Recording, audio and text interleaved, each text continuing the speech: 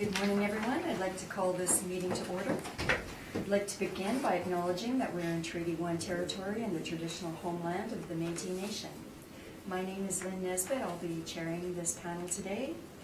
Other members of the panel are Richard Whitbread to my left and Kent Seelan to his left. Our recording secretary is Huda Aziz, and our assessor today is Rob Lucky. We will be hearing applications for revision of the assessment roll in accordance with the Municipal Assessment Act. The matters for which revision is requested have been described in each application, and we will limit discussion to those matters. The statements that applicants or the assessor make at this hearing are sworn testimony, and anyone speaking to the matters must be sworn in. Be advised that comparisons of assessments of properties are not considered evidence of market value by the Board of Revision. The Board of Revision is appointed annually by Council and is independent of it and the City Administration. It makes its decisions on the basis of the evidence provided at this hearing and issues a written order that will be mailed to all parties as soon as possible. Please note that the Board's decisions with respect to an application may be appealed to the Manitoba Municipal Board if the matter pertains to assessed value or classification, or to the Court of Queen's Bench if the matter pertains to the application of exemptions from taxation. Should you wish to appeal, information on how to do so will be included with the Board's order. With respect to the hearing process, I will confirm the matters to be addressed with each applicant following the swearing in. We will then have the assessor's testimony followed by questions that the applicant may have, and then the applicant's testimony followed by questions. Each side will have an opportunity to summarize if they wish. Once all the evidence about an application has been brought forward, the applicant may leave. The process will repeat for each item on the docket today. The session will close after all the applications have been heard, and the Board will deliberate in private and make its decisions. You will receive the order by registered mail as soon as possible. As information, all public hearings are live streamed, recorded, and will be part of the public record. And if you have cell phones, could you please make sure they're turned on to silent? Thank you. Please state your full name. Robert Lucky. And you swear the evidence you're about to present is the truth, the whole truth, and nothing else but the help you God. Thank you. Okay, please state your full name. And you affirm the evidence you're about to present is the truth, the whole truth, and nothing but the truth. Thank you. Thank you. Thank you. Good morning, everyone. The first item on the docket is 373 River Avenue. I understand that there was an application for burden of proof to be placed for non-co-op, but you're withdrawing that. I am. Okay. So if you'd like to proceed then with reading in Okay. the information. 373 River is file number 19-2739. Roll 120978037115. And the assessment is $5,146,000, which I'd like you to ask that you maintain.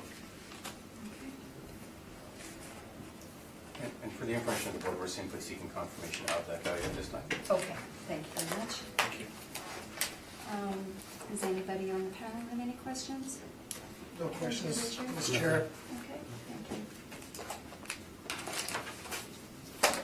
Thank you. And we'll move to 281 River Avenue. Mr. Lucky, when you're ready. Thank you. 281 River is file number 19-3419. Roll number 12032400000. We have a property, 281 River Avenue. It was built in 1953. There's 5 buildings, 2 stories. There's 54 units. Page 2, the returns are all complete. We don't have any sales of record.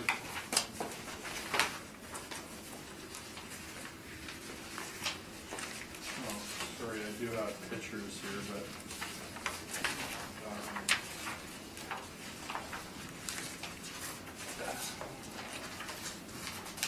they start, it would be like page 7. Just a street view picture, and then page 8 is the site plan. That's on River between Donald and Osborne, and it's next to City Park, across from roughly just over from the legislative buildings. Anyway, on page 3, the workup. There's 25 one-bedrooms and 29 two-bedrooms. This is all model. I think we can get to the point that we're in agreement. NOI, we're at 242, 739, and the applicant's about 1,000 apart. So the issue is cap rate. And I would ask that you maintain the assessment of $4,580,000 or just under $85,000 a unit. If you have any questions, I'd be happy to try and answer them. Thank you, Mr. Lucky. Mr. Reimer? Thanks, Madam Chair. And Mr. Lucky's framed it very, very concisely. It is in fact cap rate. I can confirm that as well. So just briefly, Mr. Lucky, and you've alluded to it, this is then on page 3, the valuation of the subject is model driven right from top to bottom, including the cap rate, correct? Right. Madam Chair, those are all my questions. Thank you. Thank you. Mr. Seelan? Have you actually seen this property specifically? I've driven by all these properties. I've never been in any of them. Oh, you haven't? Okay. Roslyn Road, my daughter lives right there. I'm very familiar with those buildings, but same thing. I've never been in them, just from the outside. Okay, so we don't know what the interior. I don't know what the condition of any of these are. Okay. Any questions? Mr. Whitbread?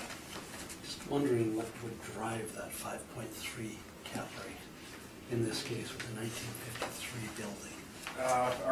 Our cap rate of 5.3 is anything older than 1974. So 74 is the break here. Right. Okay. From 46 to 70. Okay, 46, because then you have a pre-46, don't you? Right. Yeah. It's about 6-ish. Sorry. I think we'll get to one, but I think it's about 6, around 6. Okay. Thank you. No other questions? So this is strictly a model cap rate. Right. 1953, has there been any upgrades to this property? Is it as-is condition, like 1953 quality? I'm not familiar with the Okay. condition of any of these buildings on the inside. Okay, do you know when it was last inspected? No. Okay, thank you. Mr. Renner? Thanks, Madam Chair. I note that the variant age in the original age of the subject is they're both 1953. I haven't been in these buildings either. What I do know is there's been no significant permits pulled or anything like that for substantial rehab. This is though one of the top property managers and owners in Winnipeg, so they'll keep it for its age. I'm going to assume all of these properties are kept in reasonable condition for their age. They're not going to let the asset waste or not keep up with the maintenance. So that would be my comment on all of these. With the managers having a business model, they will make sure that the asset is well maintained. If I could ask then the board members and Mr. Lucky to turn to page 8. And Mr. Lucky is indeed, I agree with his comments. We're, as you can see on line 33 on page 8, we're within $1,000 in fact of roughly of the net operating income. So the model in this case has produced an NOI that's exceptionally close to the stabilized amount that we're calculating based on the performance of the property between 15 and 17. So then the issue at hand, of course, is cap rate. The department's model cap rate is 5.3% for this 1953 building. We're suggesting certainly that the cap rate should be increased. If I could ask the board and Mr. Lucky to turn to the capitalization rate study that we filed. And Madam Chair, would ask that all the comments and questions be carried forward after this, so we don't have to revisit it. It's going to be a commenting. Thank you. So, I imagine that the board members and Mr. Lucky are very, very familiar with this document, so I won't go through it in a lot of detail. I propose to highlight just a few things. So on page 1 of the study, there's the chart at the top. This is where the chart represents our conclusions for the various properties. We bracketed it based on age groupings that are different than the department's bracketing that was used for the model. So our pre-1946 cap rate suggestions are between 6.25% and 6.6%, depending on the specific asset. The next bracket we have is from 1946 to 1959. That's where the subject falls, of course, at 1953. So in that bracket, we've suggested 6.25%. Then from 1960 to 1979, we suggested 6%. Then again, from 80 to 97, you're getting some of the newer stock, we're suggesting 5.75, and for the newest stock, being 1998 and newer, we're suggesting 5.25. So the data underpinning those conclusions, if you turn to page 3 of our study, these are the sales that we analyzed and have presented in support of our request this morning on capitalization rate. As you can see on page 3, it ranges from a low of 5.13% for 333 Ward, of course one of the newest buildings on that chart, up to a high of 6.75% for 512 Balmoral. The average cap rate of all of those is 5.91. For the newer builds, 2006 plus, the average rate is 5.38. And for the average cap rate for 1966 to 74 buildings is 6.15. So based upon that sales data and the analysis that we've done, we've come to the conclusions that I've mentioned. All of the individual data underpinning those cap rate conclusions and the analysis are located, of course, in the pages attached to the brief. So I won't go through all that. Again, I'm going on the assumption that the board is very familiar with the study at this stage of this appeal cycle. Happy to answer any questions, however. But then I will leave at the rest of it for the board to review should they wish to do so. And based upon this 1953 building then and the bracketing that we've applied, we're suggesting 6.25%. So then referring back to our page 8 on our main brief, applying 6.25% to our slightly lower NOI, we come in at a suggested value of $3,863,000. So that is our request this morning, to reduce the 2020 assessed value from $4,580,000 to $3,863,000 using the 6.25 cap. Thank you. Thank you very much. Mr. Lucky, do you have any questions?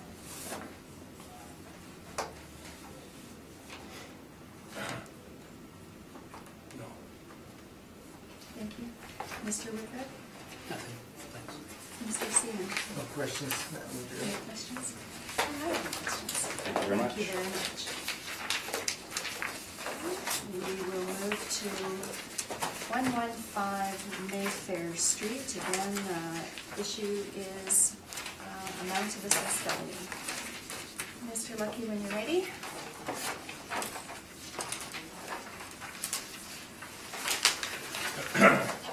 One 115 Mayfair Avenue is file number 19-2531. Roll number 120-978-06565. We have 1961-62 building with 48 suites.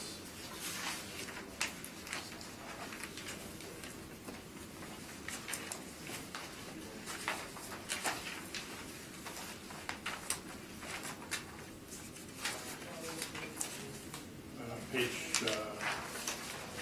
2, there's a street view picture.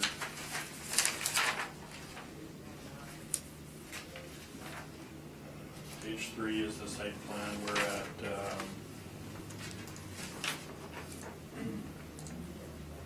close to, I call it the Main Street Bridge by the Forks, Mayfair.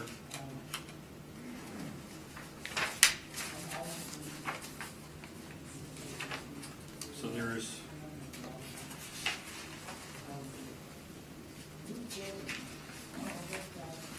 I'm thrown off here. Carrie, is this for both buildings?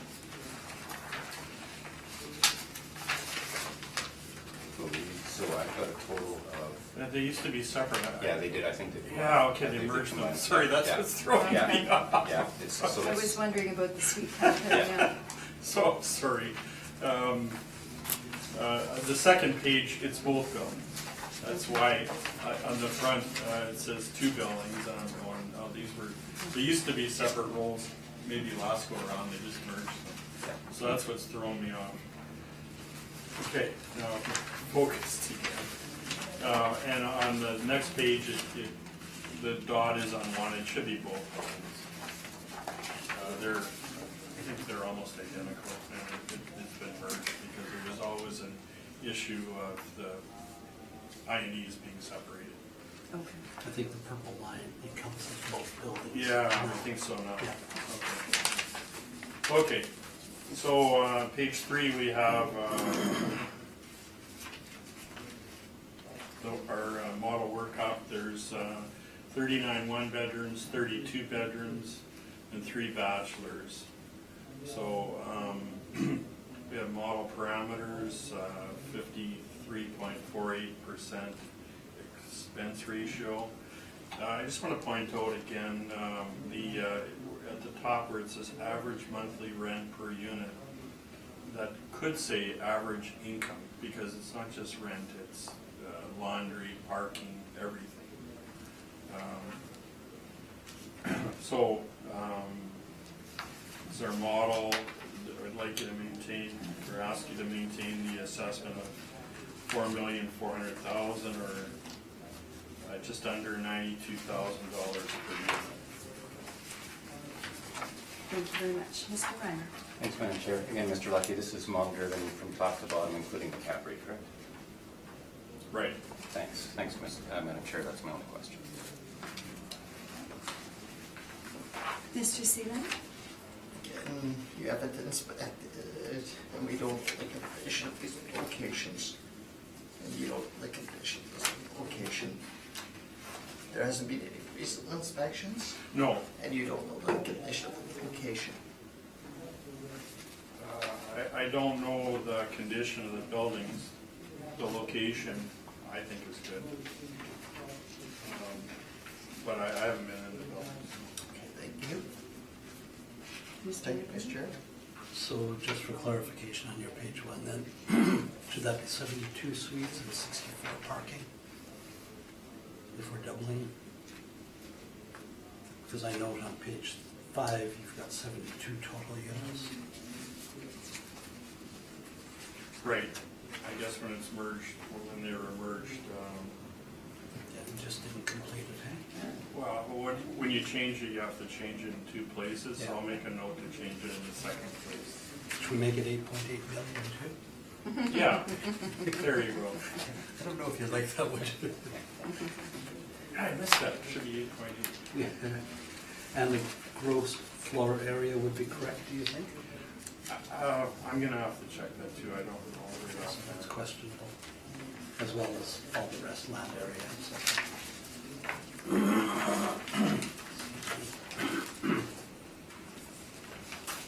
No, I think I'm good with that.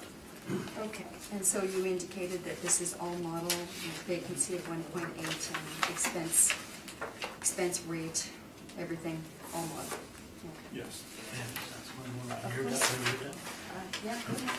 Oh, on any of the model changes, and let's just deal with this once, have you made any changes to the model numbers throughout this No, case?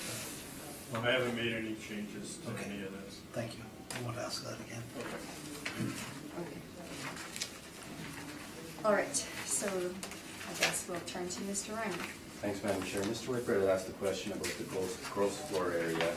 I believe actually Mr. Lucky's got that gross floor area correct there, and I've asked the board just very briefly to turn to page 23 of our brief. And there, just for the board's information, and on that narrow point at line 301 on the right-hand side, there's a total leasable area, which will be the total of the actual apartment areas that are used, not the common areas. It's shown as roughly 36,600 feet. So I'm quite confident that Mr. Lucky's gross area of 48,000 change is actually the correct area for both buildings. Right, and then I know it does say combined. Yeah, yeah, and then going briefly to our page 2, and I think Mr. Whitford had also alluded to this, but what Mr. Lucky had referred to, these 2 buildings did used to be assessed separately, but now this is the boundary showing the assessment boundary for the subject, including both properties. So we are in fact dealing with both. And I have also misquoted, I copied and pasted, and I misquoted the number of suites. To be clear, Mr. Lucky's count that he's presented of 72 suites in total for the 2 buildings is correct. So I am in agreement with those facts as he presented. Okay, thank you. So if I could ask the board, Mr. Lucky, please turn to page 8. So in this case, actually there's a high degree of consistency. If you go to our line 13, the effective gross income, very, very high degree of consistency between our calculation at 498,700 and the model's predicted EGI of 501,000. So the real difference, there is a difference in the NOI in this case.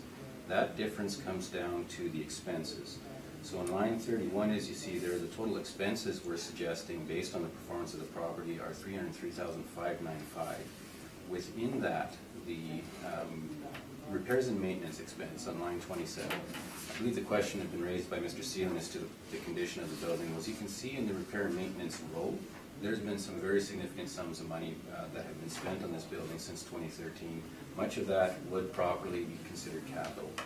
So certainly this building is going to be, I'm going to suggest, and again, this being one of the top flight landlords or top landlords and owners in the city, they will be maintaining this property at a high level in order to generate the kind of rents they're generating. So at the end of the day, the average repairs and maintenance expense, you can see there's 203,000, but that would be far too high. That's not an appropriate amount that an investor in the subject would consider to be a sort of an estimated annual expense. So we've estimated the expense at 96,000 in this case.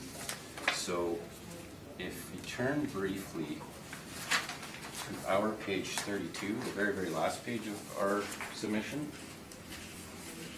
this is the breakdown of the information that we received from the owners relating to the different repairs and maintenance, what they've reported as repairs and maintenance. So as you can see, the gray shaded areas are capital purchases and major repairs. So there are significant sums there, and of course we have not included any of those amounts in our calculations shown on that page. Waste and snow, refuse and snow removal at the bottom, the other gray area, that's accounted for in a separate category, so we've taken those out. So on the very right-hand side, what you can see is the stabilized amounts. Where you see an amount in red on the chart proper, that is a figure that we have not applied. And so the stabilized amount using this detailed information for the entire both properties would be 126,134. Now I have applied a stabilized amount that's lower still. As I've suggested on page 8, we've applied a stabilized expense of 96,000 in this case,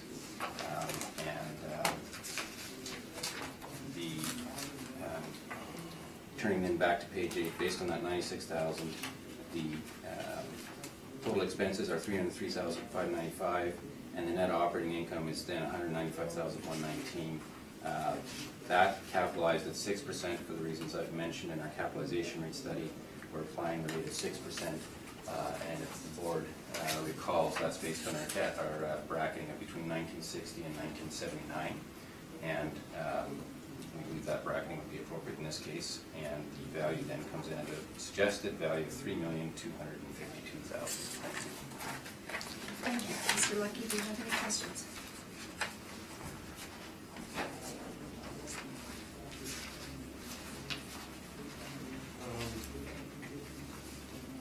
No. Mr. Whitbread? Just a question on that stabilized R&M and your decision to bring in the amount you did.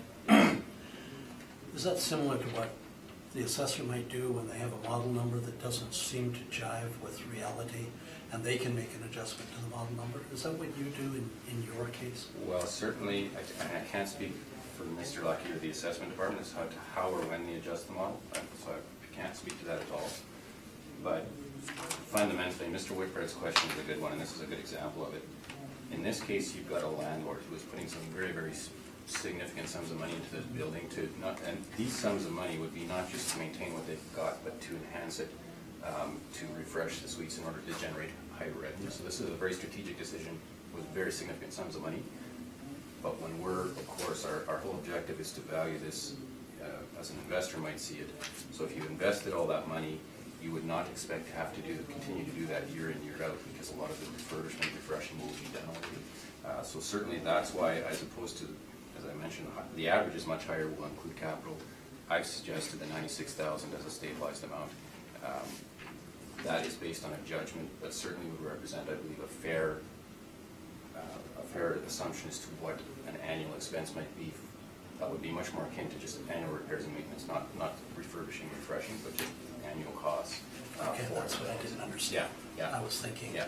the additional refurbishment would be in that, but it's just Oh, no, a this- judgment on maintenance, Exactly. which is about Yeah. $2 a foot. Yeah, yeah, exactly, so That's 96,000 is, exactly, as opposed to, in the highest year, for instance, in 2013, they spent 314,000, so Yeah. wait, I mean, that, you're clearly into the refurbishment capital items there, hence the 96,000 Yeah, as a basic.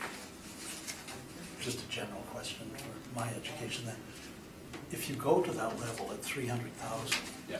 does not some of that go to capital, or is it? Well, absolutely, if you look Okay. at 300,000, there are significant sums of capital. Okay. And again, this is a strategic decision to enhance the asset, make it more competitive, to maximize your revenue. The whole goal behind it, get out from, like, they'll make application to RTV because of this capital work, and they'll seek increases above the guidelines, which are typically 2 to 3%, 2.5%.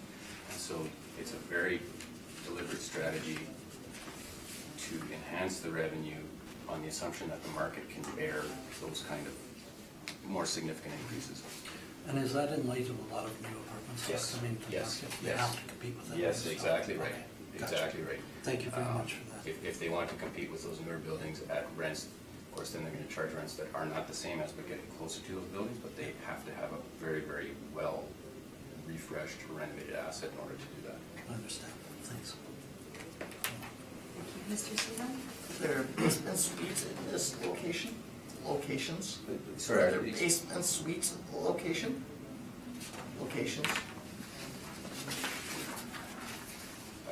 I apologize, my hearing is not good. Yeah, no, there's, Oh, basement suites. Oh, Yeah. thank you. Yes, yes, indeed, yes. I'll bring up my coaching voice and we'll shout then. I apologize. So, Sorry. page 1, Okay. if you see on the right-hand building, you can see it well on both of them. There are sort of the bi-level thing, and the bottom windows there are the lower level suites. Yeah. Thank you, Mr. Lund. Thank you. And I just have a couple of questions as well. So you've stabilized the R&M at $96,000, and you've Yes. explained how you arrived at that number. So on a per suite basis, that would work out to, I'm estimating around 1,300. I don't have my calculator with me, but yes, I'm going to, I'm sorry, I will take that, that sounds about right, yes, indeed. Yeah. Is that, just based on your knowledge, is that a reasonable number per suite to maintain? So Okay. let's look at this very, Okay. very briefly. Okay. I'm gonna suggest that, so in our experience, and I know this is a point of debate between the department and ourselves, in our experience for these kind of older vintage buildings, anything, this is my opinion now, anything less than 1,000 per door is going to be problematic because it won't, I believe the asset will start to waste below that in many cases, like again for this vintage. Anything north of 2,000 a door typically is going to be something that would be considered beyond just annual repair and maintenance. So that's the general range I'm suggesting. In our R&M study on page, well, it's the first page showing the chart, and it's got the different R&Ms and the stabilized R&Ms that we have applied. So in this particular case, the subject would fall in index number 10, low-rise 1960 to 1979. Assuming it hadn't been renovated at all, in the second column in that row, the stabilized expense we suggest is $1,490 based on what the properties that we've looked at. And for renovated properties, and this property is probably getting a little closer to the renovated side based on the money that's been put in, the average is $1,260, $1,267 per door. So we do believe it's certainly well within the range at that level. Thank you. And I also note that under expenses, line 15, you've added a management fee despite there being Yes. nothing in 15, 16, or 17. Yeah, absolutely. I'm not sure why a management fee wouldn't be shown, but certainly the 5% management fee is a standard fee across all residential properties, 5% of the revenue. And that certainly, it's very odd that it wouldn't be showing up on the statement, but that is certainly a charge that an investor would assume, and that a management fee that company would be collecting on that.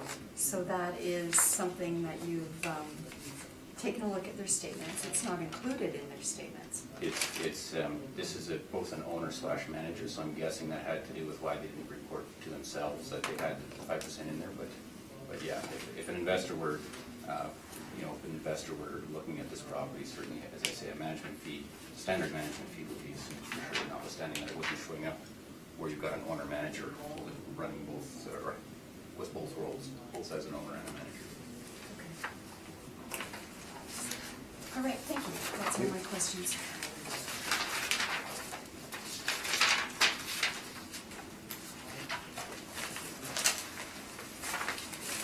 We'll go to 50 Roslyn Road. And the issue under dispute is amount of assessed value. When you're ready, Mr. Lucky. Thank you.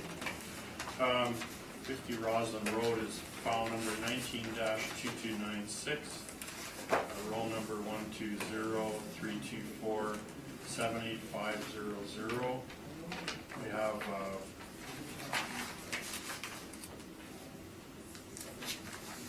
4-story building built in 1992. There's 36 suites.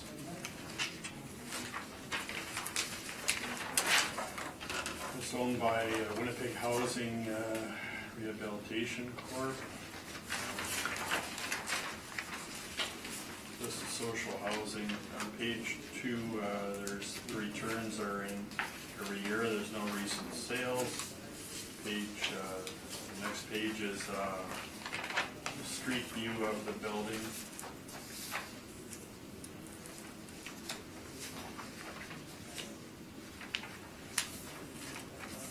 This is a family-oriented housing. The next page shows the site plan. We're about half a block or a block east of Osborne on Roslyn Road.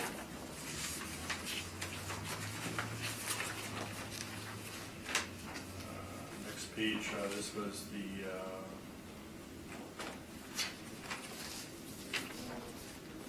last decision was 3.918. Page 3 shows the workup. There's 12 2-bedrooms, 24 3-bedrooms. Typically, these are larger family units. So we use model rent or market rent.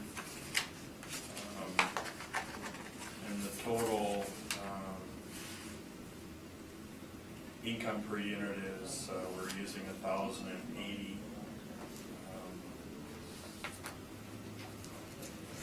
And model expenses, and I think our NOI is actually lower than the applicants.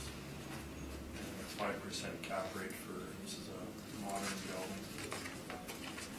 So I would ask that you maintain our assessment of $4,207,000. Thank you. Thank you very much, and I just want to remind both of you that the board won't be considering previous decisions or values put on property. Thank you.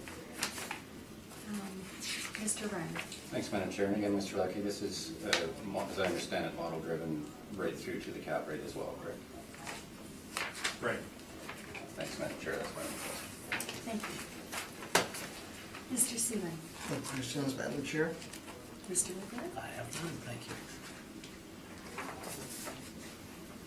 And I have none.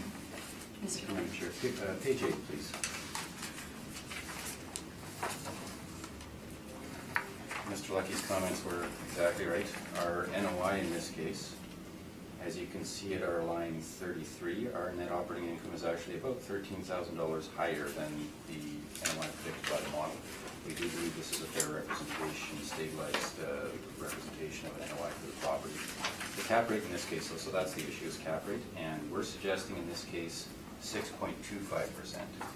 Now recall, Madam Chair, that this goes a little bit beyond just the age bracketing now. So in our capitalization rate, wrong document, in our capitalization rate study, if this simply were a question of age and no other factors, then our suggested capitalization rate would be 5.75%. However, in this case, you don't need to turn it, it's on page 7 of our materials. We are adding a 50% or 50 basis point premium.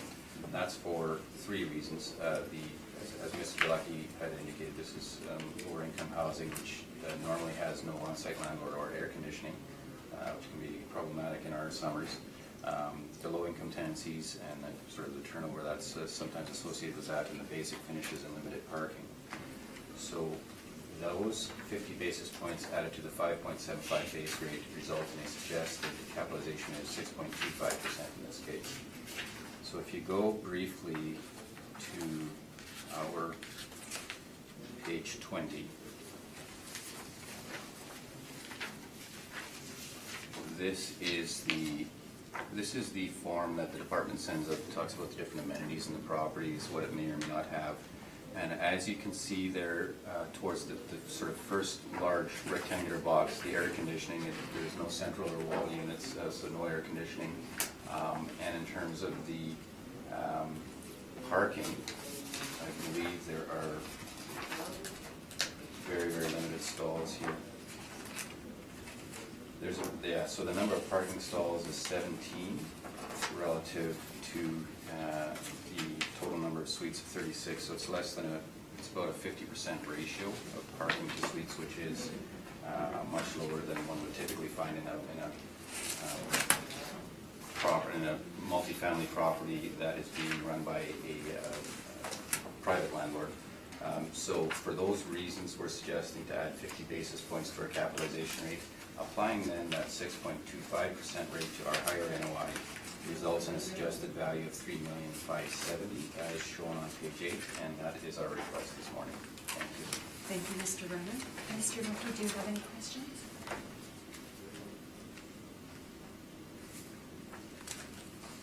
So is this a good location? The location on Roslyn Road, it's comparable to the location we're seeing this morning. Yeah. And it's a newer building? It is a new building, absolutely. Have you been in the building? Yeah.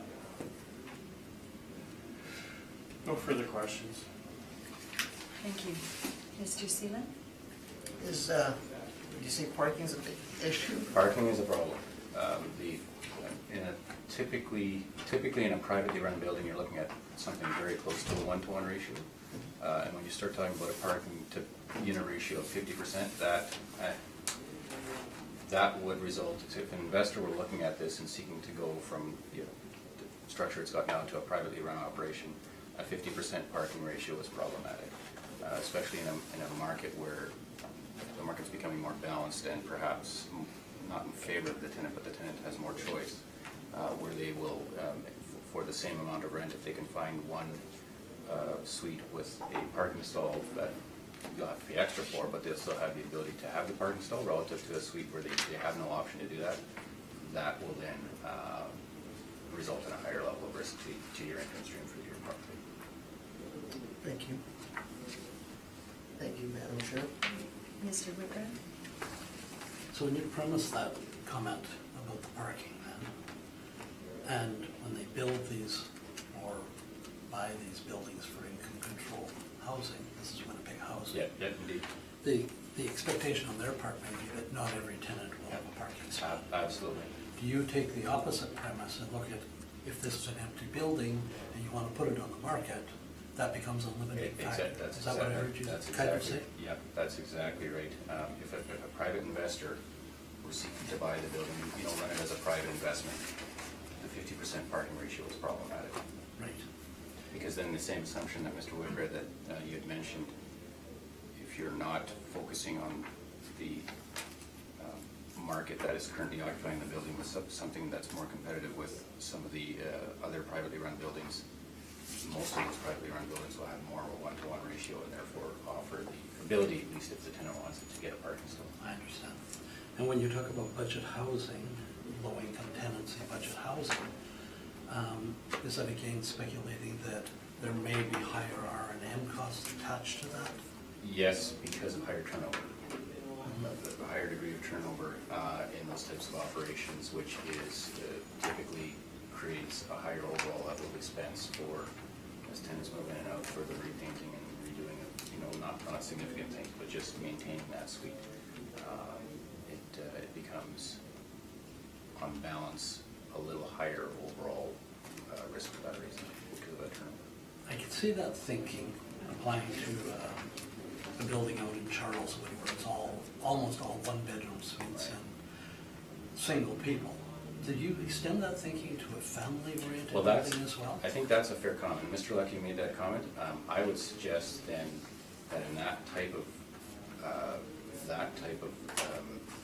won't say operation, but targeting that market, I would agree that is a good point, that it would be less pronounced. I would agree with that. Yeah. But it still warrants that, you said 0.5% increase. For all of the factors that are Yeah. included, but I'm agreeing that that particular point would be less of a factor in this case because of the nature of the residents in the building. Thank you. Yeah. I was actually looking at your R&M, and it's $38,000 is your stabilized number, Yes. which isn't a whole lot of money for 36 suites. Yeah. So it's a function of, there's a tipping point at which the rate of return that you expect to get from the building would fall too drastically if you start putting the R&M, they're not in lockstep, but the R&M and your revenue are going to sort of move in. There'll be definitely a very strong correlation. And what we've certainly seen is when you're talking about suite revenue, put it this way, that level of R&M wouldn't be able to be increased substantially without having a serious effect on your NOI and the rate of return you're getting. So we stabilized at the lower end on that assumption. So that's why we use that at that rate. There's actually just one year where it was over $50,000, and that was in 18. Yeah. The vacancy stayed pretty low, 1.9. Vacancy's been very stable. Nonetheless, yeah. Yeah. Okay. So that, as you can see there, the average is 43.9, but we use 38,000 as being more sustainable for the property.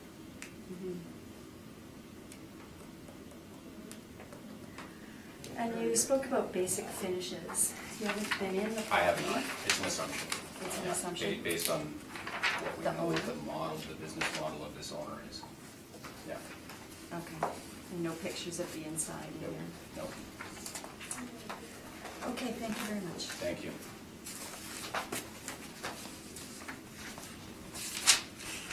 We'll go to 1 Roslyn Road. Mr. Lucky, when you're ready. 1 Roslyn Road is file number 19-2279, roll number 120-324-50000. We have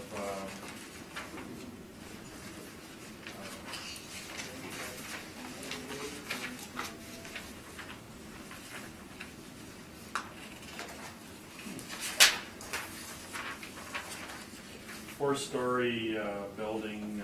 The original age is 1929. At some point, the effective age was changed to 45. There's 27 suites and 10 indoor and 14 outdoor parking stalls.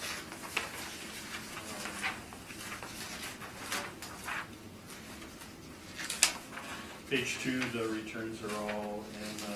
There's a 2010 sale, foreign value of 2.2, but I didn't research it. The next page shows the site, and this is at the end of Roslyn Road, which is the east of Osborne, and this building is on the other side of the city park here. I've been to the site several times, but I've never in the buildings.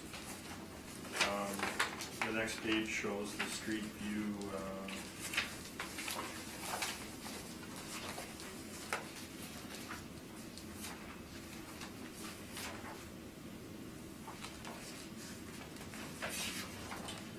Page 3 is the workup, which are model parameters. There's 14 2-bedrooms, 11 3-bedrooms, 2 1-bedrooms.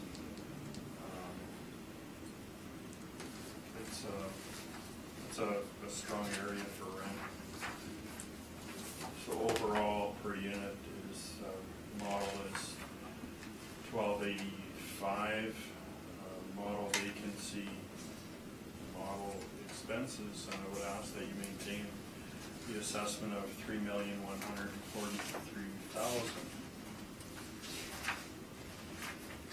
And that's all I have. Thank you, Mr. Lucky. Mr. Reimer, do you have any questions? Thanks, Madam Chair. Just again, Mr. Lucky, and you've alluded to it, this is entirely model-driven without any overrides, correct? Right. Thanks, Madam Chair, that's my question. Thank you. Mr. Whitman? Just one, is there an elevator in this building? Or elevators? I would assume so, I don't know, I haven't been in there.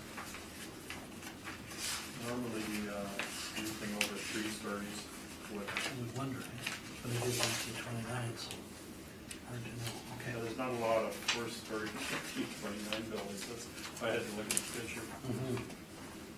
That's it, thank you. Mr. Seaver? No questions, Madam Chair. Thank you. I actually have some questions on your rent. On page 4, your rent comparables. Just in terms, and I appreciate that you probably looked in the area for comparables, but in terms of your suite count and suite mix, 2 of them are quite larger, 90 plus units compared to 27 for our subject. One is 41, the other one is 7, so maybe in the middle of those. But even in terms of the number for the suite composition, there's no 3 bedrooms in any of your comparables. I'm wondering which of these comparables do you feel is the best?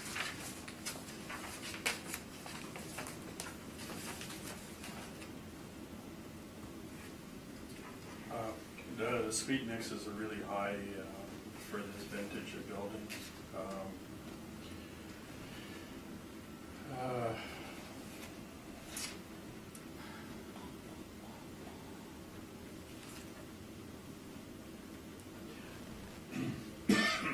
Excuse me.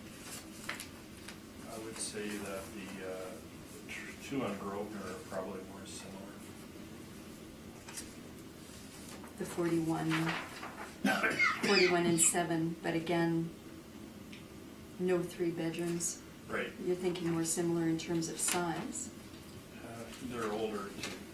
Older as well? More similar in age. Right. The subject is actually the oldest of all of these. Yeah. Good. Maybe like I said, I'm familiar with the building 3 doors down. My daughter pays over $1,000 for a 1-bedroom. So, and when I looked at the 1,200, I had no problem with that, but it was hard to find comparables. I mean, the model didn't look at these ones specifically, it looked at the whole area. And, yeah, they're not the best comparables for sure. Yeah. And the Grosvenor ones, they're on the, are these on the, sorry, I'm trying to envision a map in my head of That where would be these between are. Stafford and Wellington, somewhere. Right, and this number 1 Roslyn is closer to Donald, right? Is it that end? No, it's Or sort is of it more right. the Osborne end? It would be closer to walk to Osborne, but Okay, it's roughly the middle, okay. a little closer to Osborne. I'm just looking at the number 1, thinking it's at the beginning. Yeah, well, Roslyn stops at that park, which Yeah. is probably closer to Osborne than Donald. Okay, It'd be a short walk from here to Osborne. okay. And the whole point of living in this area is you don't need a car. I So, appreciate it, yeah. parking is a moot point. Some of these buildings have no parking in this area, so. Mhm. Okay, thank you, that's all my questions. Mr. Reiner, when you're ready. Thanks, Madam Chair. Mr. Whitford, I believe it was that asked about elevators, and actually I'm going to suggest there are no elevators in this building. If you turn initially to our page 16 in our brief.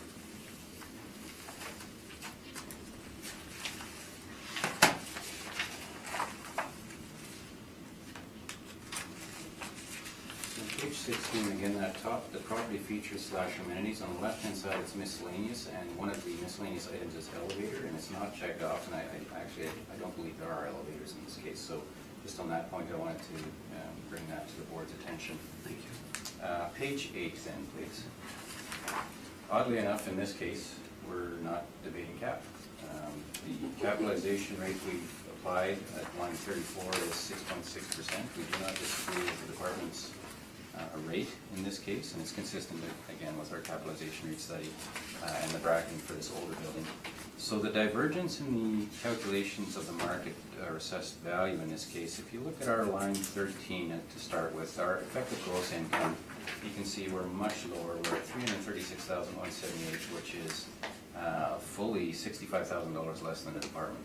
So, Madam Chair, you'd asked about the rental comparables, and that's all well and good, but again, I'm going to suggest that what an investor is going to do is look at how the subject is performing, what the market is bearing as far as this property, and there's some telling signs coming out of the income and expense information that the owner submitted. If you go to lines 1 and 2 under the income line, so the reported potential gross rent ranges from a low of $316 in 2015 up to a high of $342,402 in 2017. So that already is much, much lower than what the model had predicted. And then on top of that, what you'll see is discounts. Now, the discounts typically are arising in situations where the market is simply unable to absorb or to occupy the suites at the face rents being demanded by the landlord.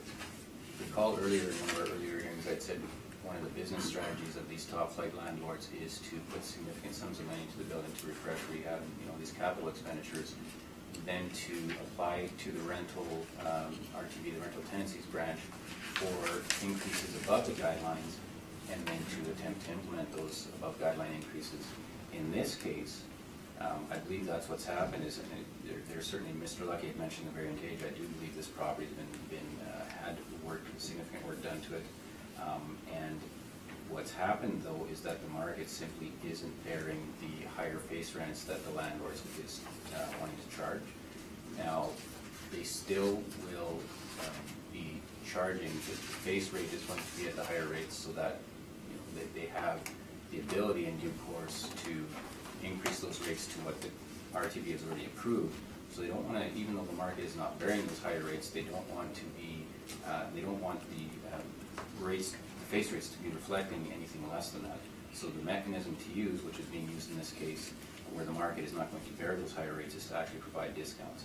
So in 2017, the net, after the discounts, I should say, not the net, but after the discounts, the potential market gross rent in 2017 is $321,969.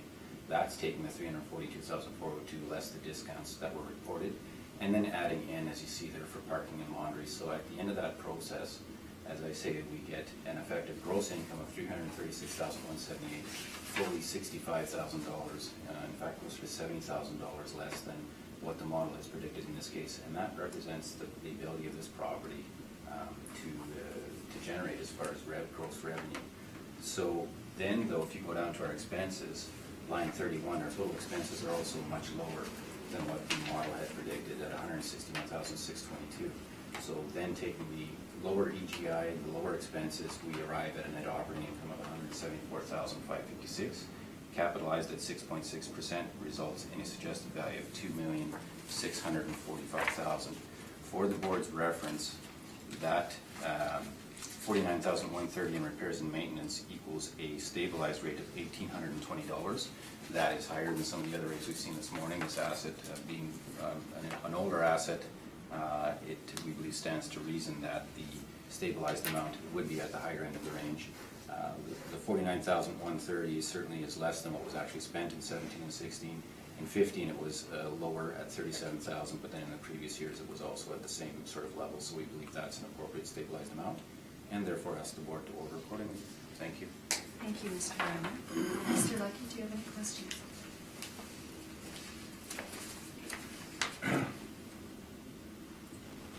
So your discounts that you have on page 8, line 2, Yes. these are by choice? They are, well, they're by choice in order to retain and attract their tenants. So it's a function of the market. It's not free money that the landlord's wanting to give away. I think if they chose, they could increase the rents by 20,433. Yeah, and run a very, very high vacancy, sure. That's the point, that's what But the it's their market. choice. But Mr. They Lucky, could. they could, but Mr. Lucky, I'm gonna suggest this, Okay. all that's gonna happen then, if you take off the discounts, suddenly you're going to, that by definition is a function of the market, so if you take the discounts off, now your vacancy rate's gonna go up significantly. One way or another, they're going to be taking that loss, and certainly landlords in this business are there to make as much money as they can, and they will be a very keen judge of what the market would bear for the property. So if they raise the rent $63, everybody would move out. If they thought they could get $63 more, Mr. Lucky, they would do so. No further questions. Thank you very much. Mr. Seelan? No questions, Madam Chair? Mr. Whitbread? So I just want to make sure I understood your statements about the rent and the discounts. So at an average rate, and I'm using the number that the city put out at $12.85, based on their page 6, average monthly rent per unit. That's a blended average, I would imagine. They don't all rent for that based on what I saw in the back of the statements. You're suggesting that in order to get tenants to come to the building, they need to offer discounts, Well, not- enticements? Not only discounts, but that's a good point. Madam Chair, if I could ask the board and Mr. Lucky to turn to page 16. Of your brief? Of our brief, yeah. Because there is a pronounced difference in this case on the income side. So recall that the model had, just as Mr. Whitbread said, the model had predicted an effective gross income, which includes parking and everything else, but of $1,285 per door. But if you look at the bottom of page 16, the property is not able to generate anything near that level. For the 2 one-bedroom suites, the total monthly rent is $79.85 a month. For the 14 two-bedroom, it's $1,083 a month. And for the 3-bedroom, it's $1,134, call it, per month. So it's just, again, this is a landlord who is in the business of running this property to make money, and certainly if between this and the discounts that we talked about, if they thought they could maximize and take off the discounts, they would do it the next day. They are, without exception, the best position to determine what kind of revenue they're able to get. And to Mr. Lucky's point that he asked, it's a choice, but it's a choice that if 12 months or 8 months from now, as these leases come due, if they thought that the market had tightened up so that they could start removing those discounts without running the risk of significant turnover, they're going to do it. They are absolutely going to do it. So that's the reason for, this is a starting point, much, much lower values than the model's predicting, and then on top of that, the reported discounts based on the market itself for this building. Okay, that's what I wanted to clarify. Thank you very much for that. Let's go to your page 2 if we can. Looking at the bottom photo. Yes, indeed. I'm seeing 1, 2, 3, 4 buildings. Now, I'm a little bit familiar with this building, having been in it.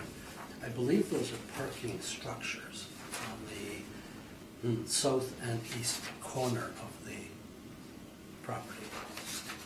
That's what they call indoor parking. Okay. Quite honestly, Madam Chair, I was not aware. I mean, I know the number of suites in the building based on the photograph from page 1. I didn't realize that was Those are garages. Yeah. the garages. Okay. But they're called indoor parking, but the doors never close. Oh, So okay. I would call it outdoor parking almost. But more to the point, there's a second building on the property, unless it's joined in some way that I just can't see on this photograph. I'm not sure. Well- You're right, there is, it looks like a second building. I'm not sure if you're John or not.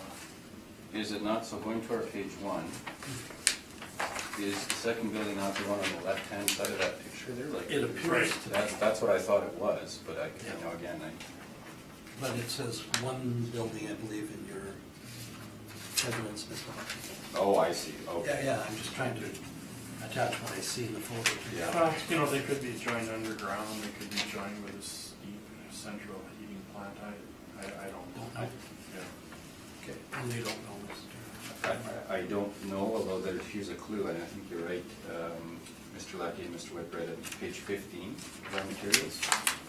I've treated it as one building, but obviously I don't believe that's the case. They're actually shown as two sections, one building with two sections, both 4 stories, both built in 1929, so I think that might be the second sort of left-hand building, unless there's a connection there I'm not aware of. And from that aerial, it doesn't actually look like they're physically connected, but I'm just not entirely certain of that. And I can't see anything in the evidence from the mailer Yeah. that talks to that. So one would assume the 27 suites is contained in that, those two structures. There isn't an additional number of suites. Oh, no, that I'm very certain of, that Okay. what's the economic unit, which is this entire property with all the improvements, is based upon this suite count, which I believe is consistent with what the department's got as well. Okay. Yes, it is, yeah. Thank you. Any more questions? No more questions. Okay, and I have no questions. Thank you. Let's just take a 10-minute break. Thank you very much. Thank you. I'd like to call this meeting back to order. We'll proceed with our agenda. We're now at 324 Stradbrook Avenue. Mr. Lucky, when you're ready. Thank you. 324 Stradbrook Avenue is file number 19-2320, roll number 12031693500. We have another Winnipeg housing property, and this one was built in 1991. We have 3 stories, 27 units. Excuse me. And this is on Stradbrook. Must be closer to Donald, between Scott and Donald. And then on the next page is the street view.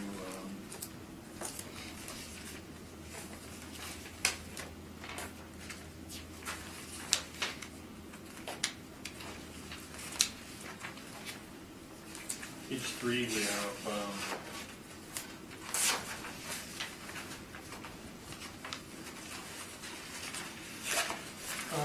model generated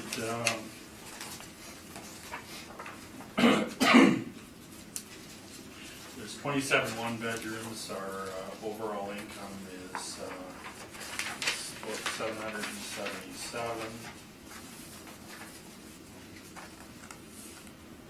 Our income's actually lower than the applicants. These are all model parameters and a 5% cap rate. And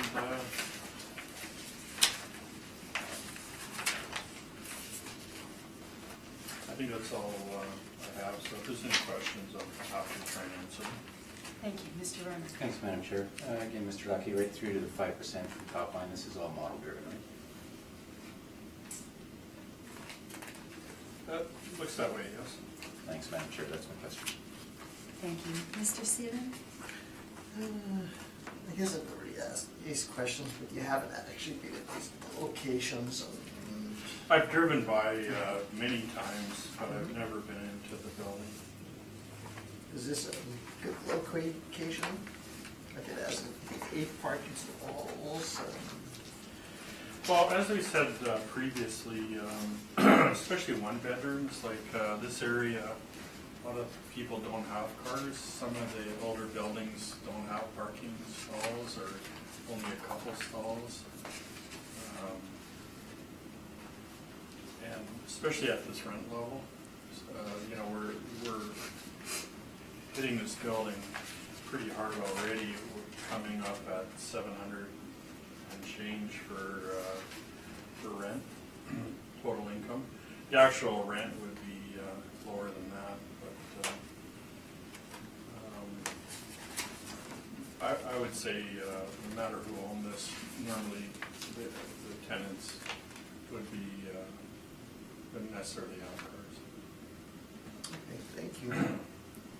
Mr. Whitburn? I'm trying to understand the income on page 15. Looking at, is that a subsidy that's almost doubled what the market rate potential is on the income statement? Line 1 and line 3 I'm comparing. I'm on page 15. It's their statement. Sure, I'll get there in a second.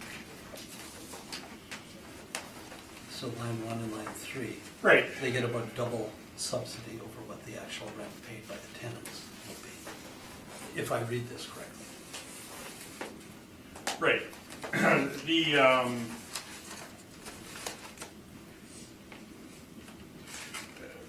There's a bunch of different ways that social housing are funded. The ones that are directly owned by Manitoba Housing, because this is a Manitoba Housing subsidy, that line isn't in there. They just, whatever they get as income, if there's a loss, there's a loss. If it's owned by who? If the building's actually owned by Manitoba Housing, this one's owned by Winnipeg Housing. Oh, that's right there. Yeah, there's two separate. Yeah, places. so Manitoba Housing funds this by subsidy. And then whatever the income is, the people pay based on their ability to pay rent.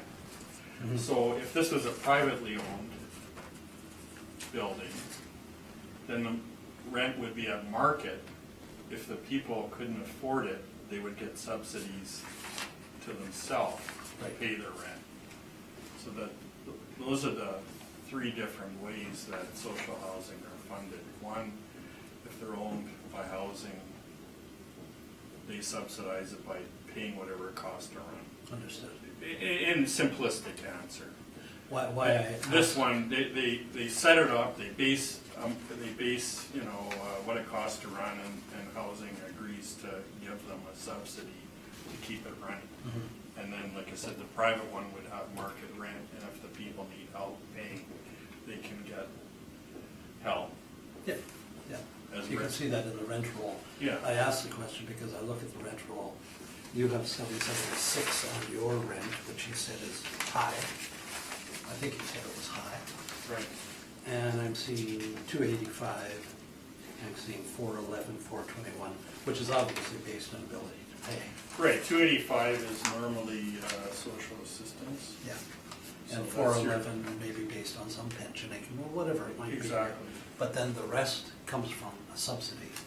Right. And if the subsidy is 2 to 1, roughly, when I look at the numbers on line 1 and line 3, then that seems to jive with your number and the numbers in the income statement. But it seems like your rent is probably high, as stated. Well, see, the subsidy are consistent and not necessarily any relation to market rent. So the older the building is, the less subsidy they need. Things like mortgages are paid down, that type of thing. But when this was set up, this would have been the subsidy that would be needed to make the thing go, make it flow. As in, not losing money. Right, Or not the necessarily any even though- relation to what the market rent is. Yeah. Even though it's a government agency. Right. Yeah, they're really not Some sure. people add the subsidies in, I don't.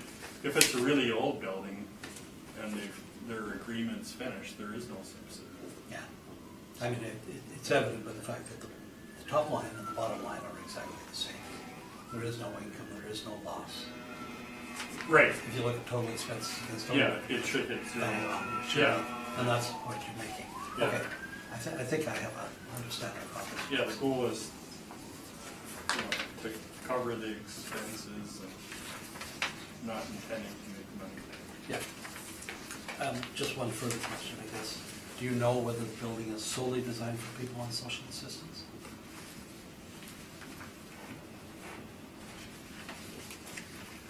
I don't know what their agreement is.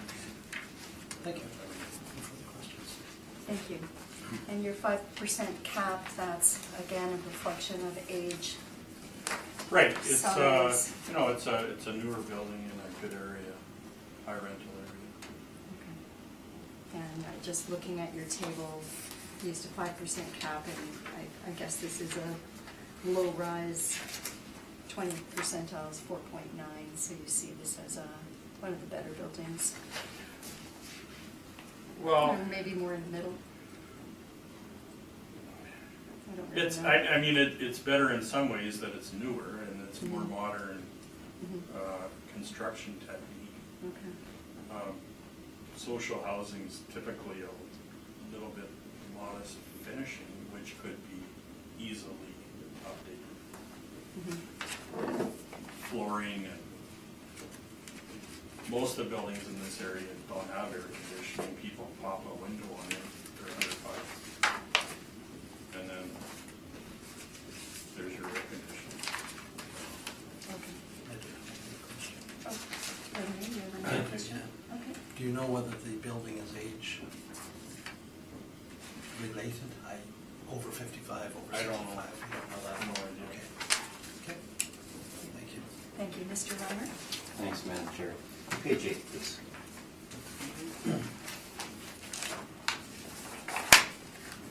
A lot of these topics were already sort of canvassed in that discussion, but certainly we're in agreement with Mr. Lucky that the rent that was actually being generated is far too low. It doesn't represent market.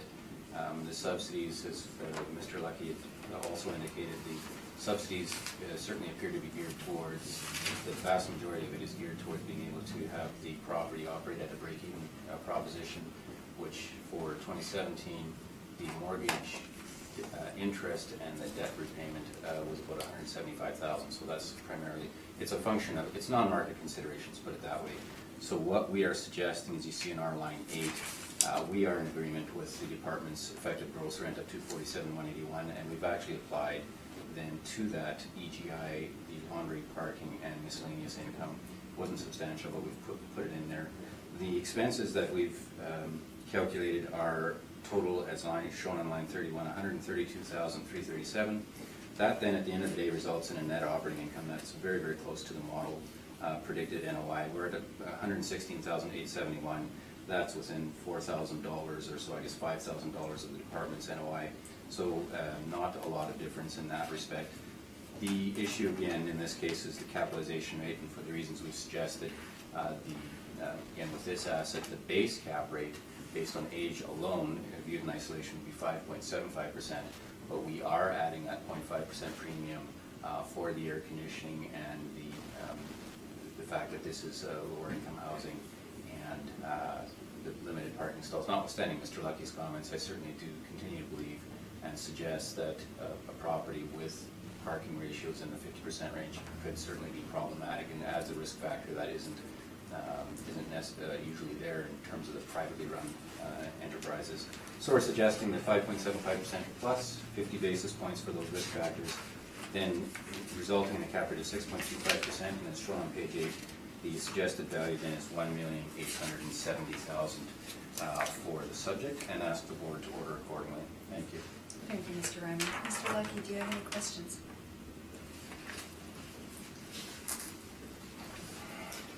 Sure. While we're on this issue of parking, your cap rate sales, and I'm looking at number 1, there's 11 units and there's 3 outdoor parking stalls. So haven't you already considered low parking ratios in your cap rate sales? Well, certainly that, to the extent that the figures reflect, like, you're talking 2 tenths same areas? Right. Okay, so that is a 6.26% cap, which would be consistent with our request. So yeah, I certainly suggest these rates would reflect whatever risk factors investors. But it's were also including. 1952 building, Yeah, indeed. and the subject's 1991. So the second one, at 403 Sands Road, doesn't show any parking. So was that considered in your cap rate study for 5.9? That I'm not familiar with. If it's showing no parking stalls whatsoever, I cannot. Was this parking outdoor and it's blank? Yeah. I don't know if that's a function of the cells not being populated. I think that might be the case as opposed to what was actually reported. So Then on your page 8, 155 Mighton Avenue, same thing. Parking outdoor blank. it is indeed blank. I will agree with you.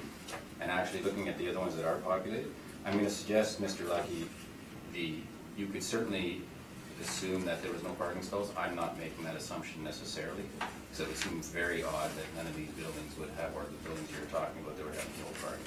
But it's possible. Well, on page 9, 512 Yeah, well, they're in there. is a tough location. It says 10 outdoor parking stalls and there's 28 units.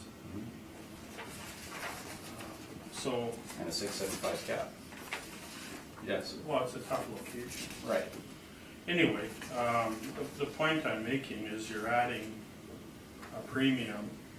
This place has parking, maybe not a high ratio. Right. But your cap rate sales, the ones that show parking, have an even lower percent. So aren't you double counting? Well, no, I guess the suggestion then, Mr. Lucky, is if, and again, this goes to the theory, the privately run buildings that were operating, or that are being operated, typically have a ratio that's close to 1:1. You suggested in your evidence this morning that the buildings in this area, a lot of them don't have parking.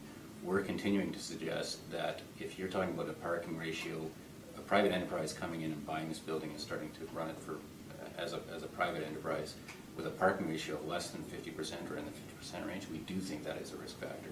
I am certainly not disagreeing with the fact that some of those are blank would seem to imply that there's zero parking stalls.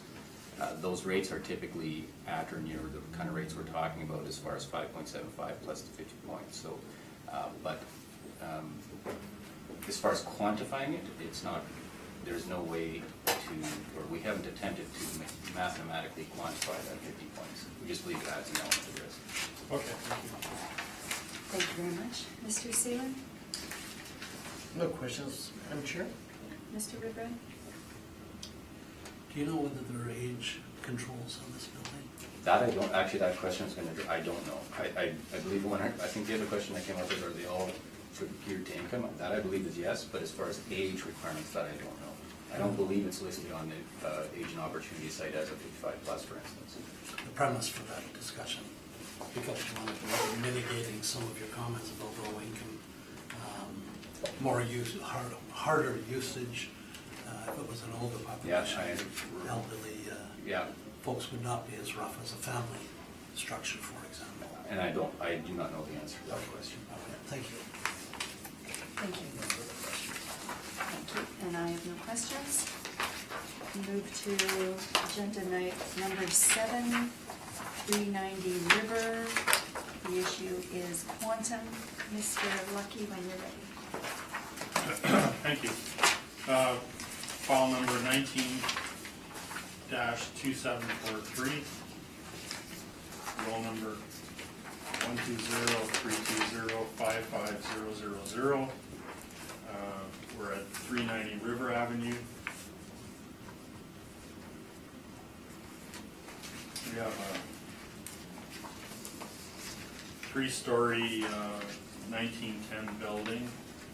There's 16 suites.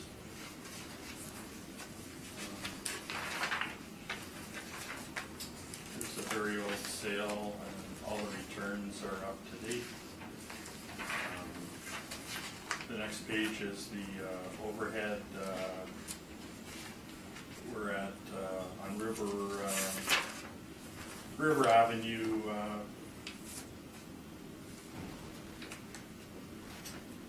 Fairly close to Osborne.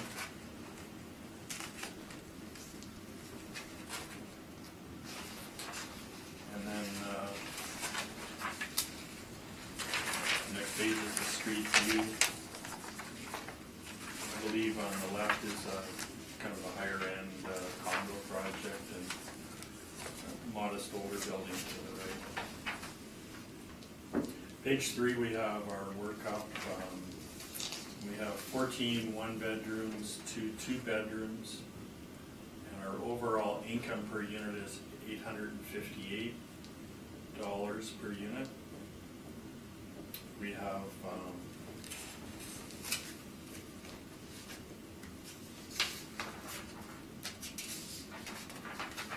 looks like model parameters. Expense ratio looks like it may have been changed, but I didn't change it, so I'm not sure what the rationale was. But anyway, I would ask that you maintain the assessment of $1,390,000, which is about $87,000 a unit. That's about it. If you have any questions, I'll be happy to try and answer them. Thank you, Mr. Lucky. Mr. Renner, do you have any questions? Thanks, Madam Chair. Mr. Lucky, I don't know if this is a fair question because you alluded to it, so if you don't know, that's fine. But in this case, you thought someone might have overridden, if I recall, the expense ratio, 45%, and this is a 1911 building. Was it a case where you believe, if you know, or if you have an educated guess, is it a case where the expense ratio would have been reduced and overridden, or? I don't know. It's just a round number. Normally the expense ratios are not round. Oh, like a 2 decimal points? Okay, fair enough. That's too Perfect. Yeah. Okay. It looks like somebody's adjusted it to the actual somehow. Fair enough. Thanks, Madam Chair. Those are my questions. Thank you. Mr. Seelan, do you have any questions? Well, how did we come up with this cap of 6.4%? Good question. Its age and size is a factor. So the building is small, so it's under 15,000 square feet overall. If it was larger, then it would be 6.6. The rationale is that as the buildings are smaller, there's a large pool of potential purchasers, and we find that and this is when we've done actual cap rate sales, that the small buildings tend to sell for a really low cap rate. So in working with modelers, it was felt that size can pick that up, and the really small buildings, the cap rates are really, really low. This one is just at the cusp of 15,000 square feet, so it's 13.3. So that's the 0.2 of the cap rate.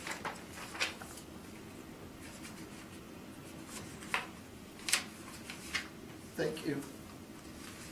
Mr. Whitbread, do you have any questions? I think not. Thanks. And I have no questions. Mr. Renner, when you're ready. Page 8, please.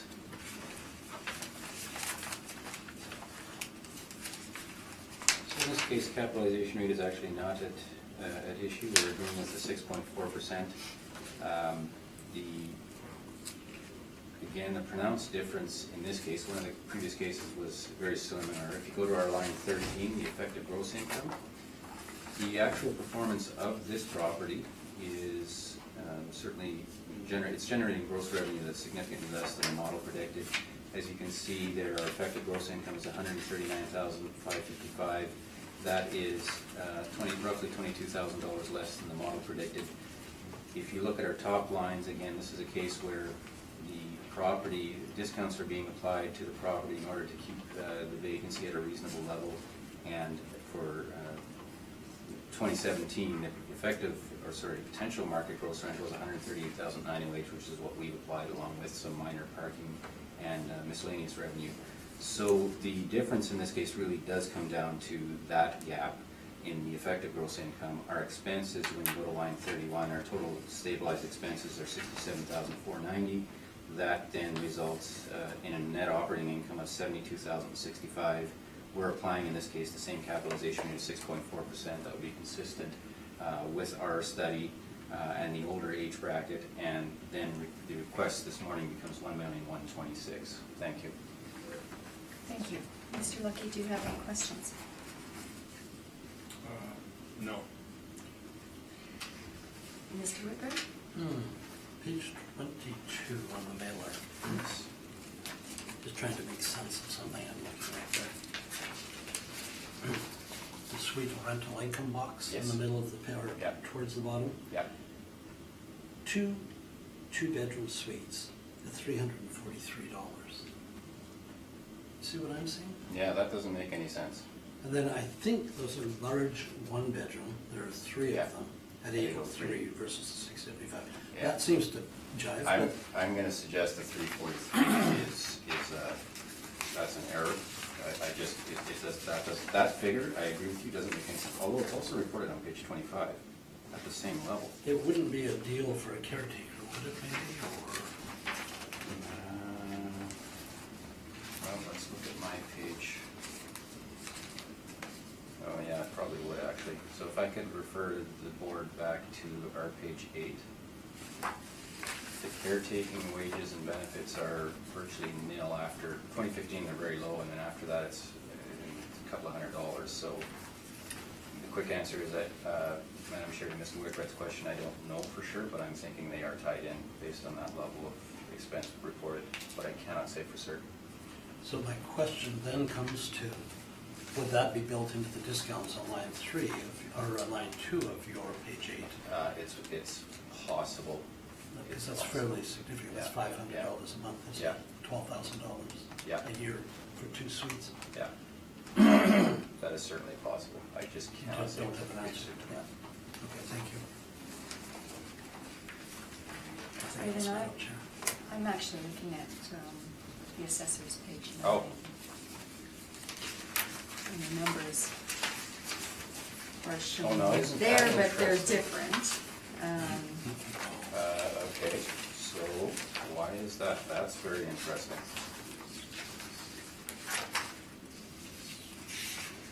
Oh. Okay, our page 16, please. Now I'm confused again. There you go. Our Your page page 16, our 16, page assessor's 16 and page the 9. page 9 line up. Mhm. And this is for the calendar year 2017. Mhm. Oh, okay, so that actually does line up. Mr. Whitbread's references pages 22. I'm gonna be back to my, I think, original statement that it might have been an error in reporting. Our pages 22 and 25 are for the previous years. At the very odd, unusual $343 for the 2 bedrooms. I just, That's right. that doesn't make any sense.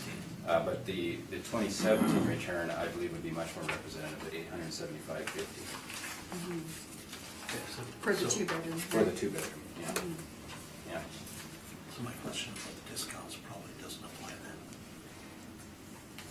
I again, without knowing for sure, the $343 just does not jive with anything, like in terms of it just doesn't make logical sense. So I don't know the nature of that error, though, if it was truly misreporting or if there was a caretaking discount that was built into that. That I cannot say for sure. Okay, thank you then. And I have no questions. Yep. Do you have one more? No, just for the secretary. But a Little one? little bit more. Which is Yeah. Okay, we'll proceed to item 8, 401 Stradbrook. The issue is quantum. Mr. Lucky, when you're ready. If you just give me a second. Sure, absolutely. I'm just trying to sort this right out. Okay. Are you still on the previous one? I am. 390 River, okay. So we won't finish with that one just yet, just in case.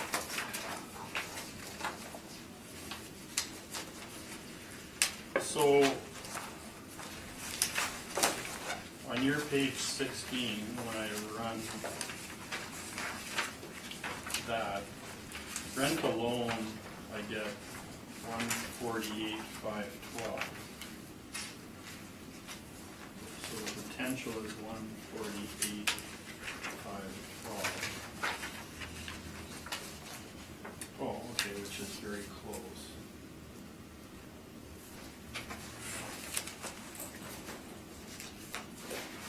Okay, no further questions, we'll go on to the next one. Okay, now we'll go to 401 Stratford. 401 Stratford, we are. Mr. Lucky, when you're ready.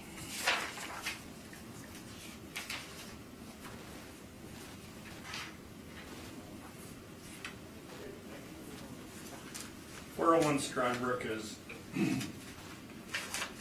file number 19-2488, roll number 12031776000. We have a 1955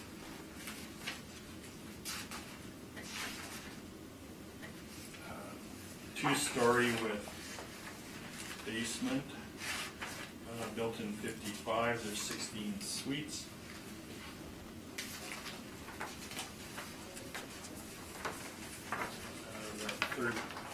Second page, there's no sales of record we were able to find. And this is on Stradbrook, just east of Osborne. Next page is the street view picture.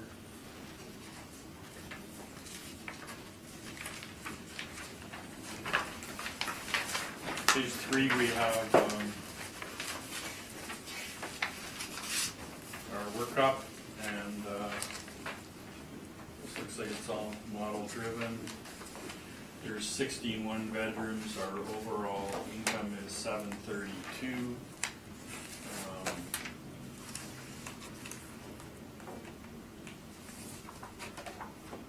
And I would ask that you maintain our assessment of $1,372,000, or almost $86,000 per unit.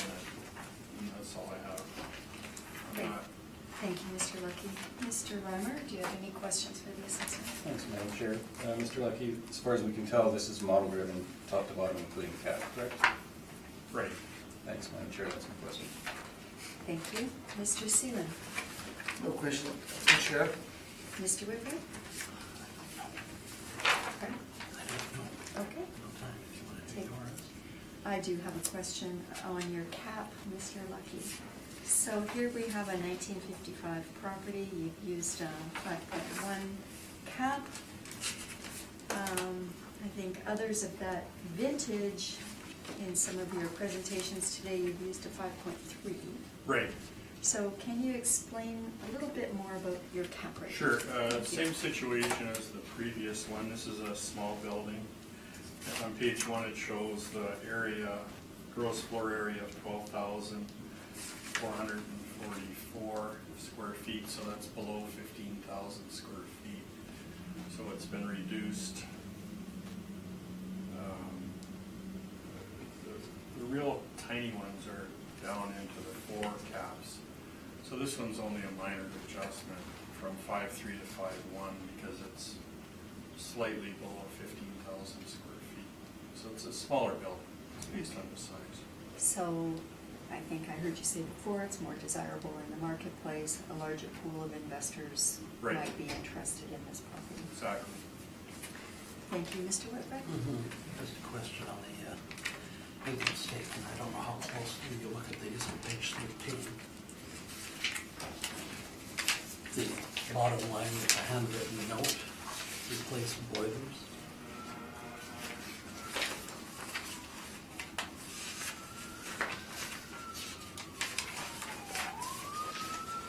Page 13. See that handwritten note, replace Right. boilers October 17th, 36,467.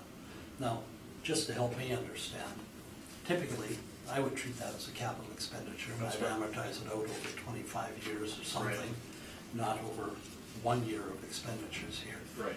And that would reduce it, even if we use 10 years, to $3,600. Mhm. Do you address that in dealing with your model in any way to say that this is really overstating, understating Right. the net income? One of our assessors, when looking at this income statement, when you see large items like that, and I mean, the logic is you can't say the building's worth less because it has a new boiler. No, but it does affect your NOI. It does, but Which you then- can, by making large expenditures on the building, you can apply for rental increases, Yeah. and you can capitalize those expenses. I'm not an accountant, but I would say somehow through Revenue Canada or other things like And that. you can amortize them over a period of time, as opposed to Right. taking it all in 1 year. But which typically impacts your NOI valuing number of years. Apartments, capital items aren't included in repair and maintenance. Right. Because, like I said, you're improving the building, it shouldn't be worth less. Just like we don't go and look at buildings with old boilers and say this building's worth less because it has an old boiler. Give us a call if you replace it, put a new one in, and then we'll increase it. You know, capital items are just that. It doesn't necessarily increase your building, it may just maintain it, as opposed to it dropping. Well, I mean, a new boiler should be most likely more efficient. And Yes. your utility bills are gonna go down. Okay, so your And your NOI maintenance is goes gonna up. go down because you don't have somebody in there having to redo your old boiler or that type of thing. So it's the same thing as roofs. When you put a new roof on, you know, they typically put styrofoam under it and your heating goes down. Yep. You don't have somebody coming and patching your roof every year because all the tenants are complaining that their roof is leaking and you're getting mold in the building. So your building is better once you put these capital items on it. It's better, but whether it's more value or not is a question still. Well, somebody's gonna pay more money for a building with a new boiler. So when you see something like this, increasing your NOI, you don't necessarily adjust the cap rate to reflect that. No. Because if you can think about that, you increase your NOI and you drop your cap or keep your cap consistent, that's going to drive your assessed value up, isn't it? And by $36,000, that's a heck of an increase. Capital items have, in our mind, no effect. But it's not treated as a capital item, it's treated as an expense. Well, it's on the expense list. Yeah. Which causes them to have an actual, well, it causes them to have a much bigger loss that year. Anyway, I know I'm asking you to do some. Right, on some their math here on the statement, spot. I don't think it's, included in the applicants either. 'Cause it's 36,000 and his total R&M is 28 for everything. So the norm is not to include capital items. So where are you seeing 28? I'm sorry, I'm not seeing what you're seeing. Oh, that's the, it hasn't been presented. I'll be able to comment on all of this very shortly. Okay. It's not my evidence. Okay. Sorry, I'm just, that's not your evidence? No.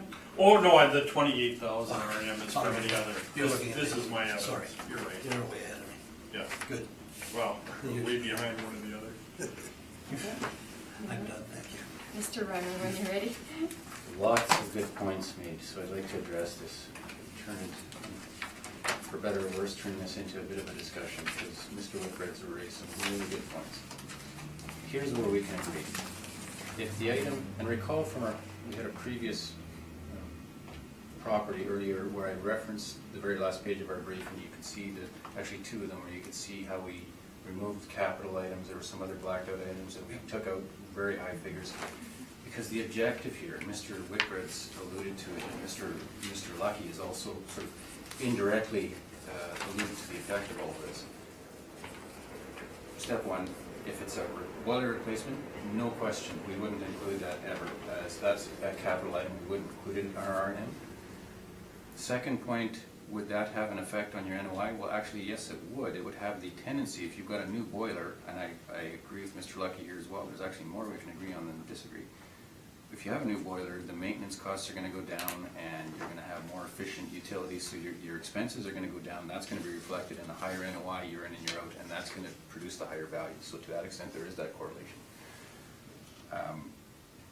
But then the discussion and the roof replacement / roof repair is also a good example where, and I would agree that in and of itself, even replacing a roof, an investor isn't going to say, okay, you put $100,000 into your roof to replace it, I'm going to give you $100,000 more. That's not the case at all. To the extent that if you've got a deferred maintenance issue, that's a real problem, because then an investor is going to say, I got to spend $100,000 on that in the next 2 years, so I'm going to take it off.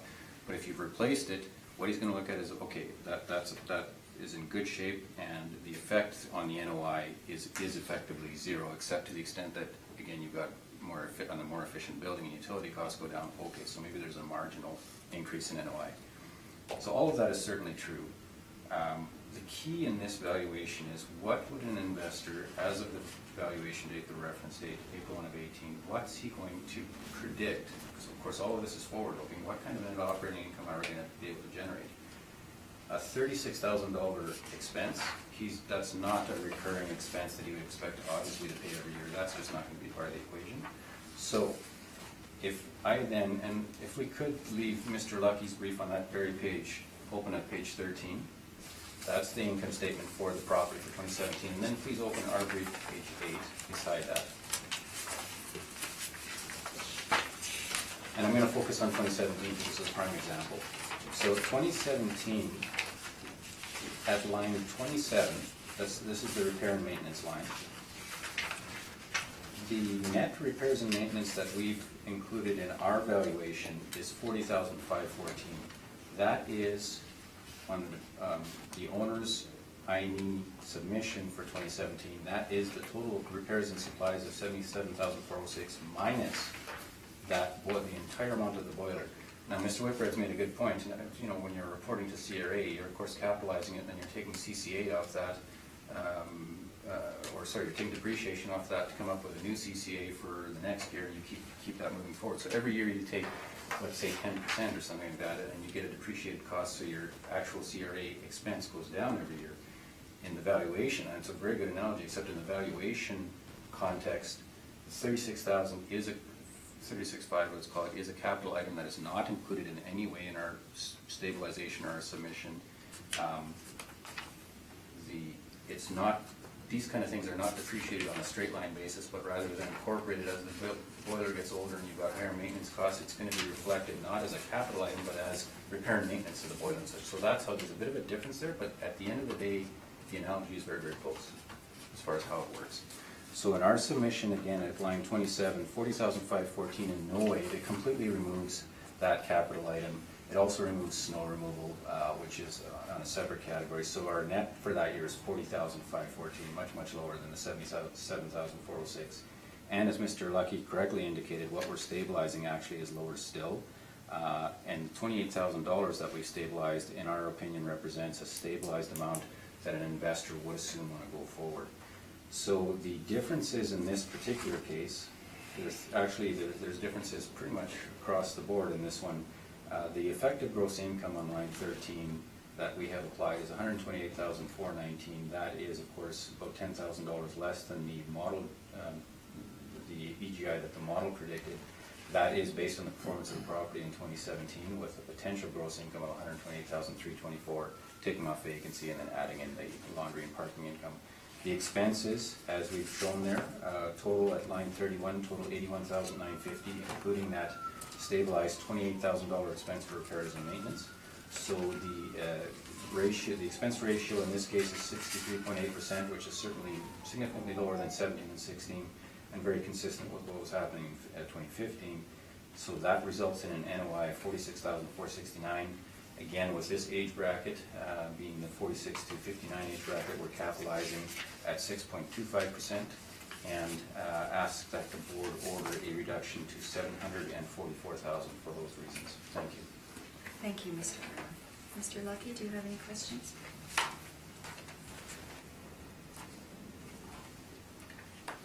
So on your page 8, you're using 1750 per unit R&M. Yes, indeed, yeah.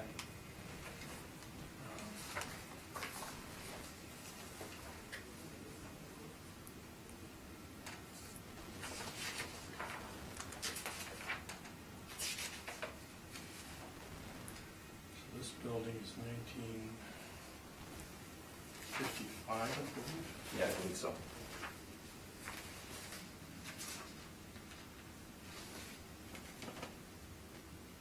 And for your cap rate sales, when I added them up, the average is about $600 per unit.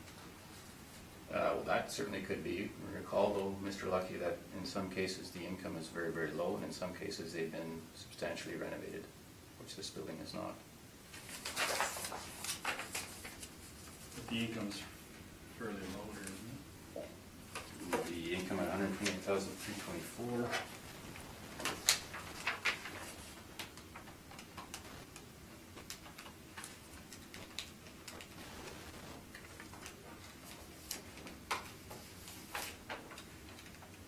$668, yes, that is low.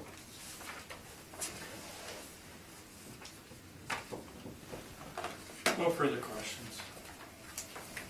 Thank you, Mr. Whitburn. I have none, thank you. Mr. Seaman? No questions, Madam Chair?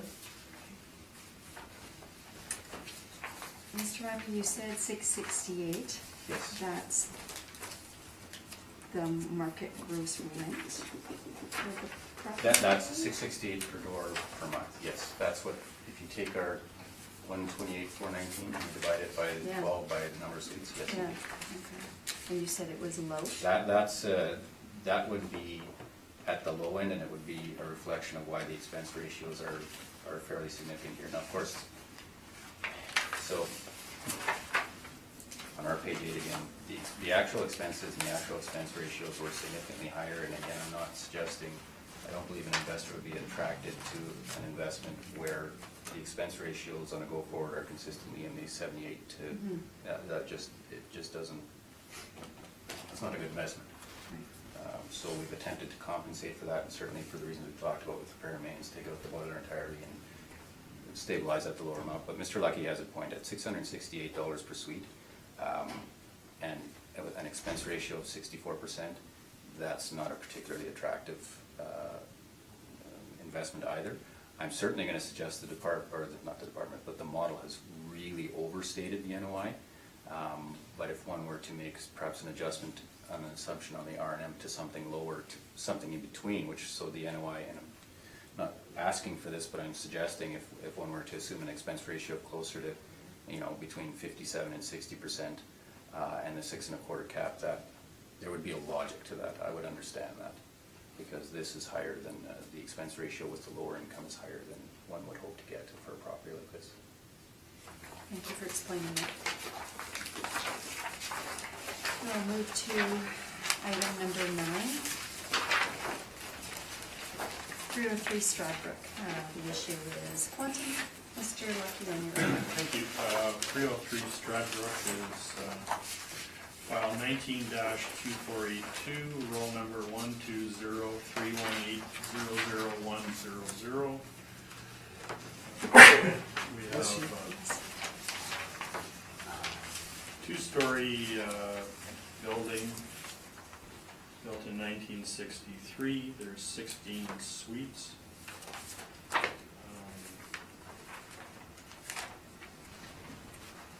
Returns are all complete. Sales are no significance. The site plan shows it's Stradbrook, close to Donald. That's the squash club, a couple doors over. Here's your street view picture of it.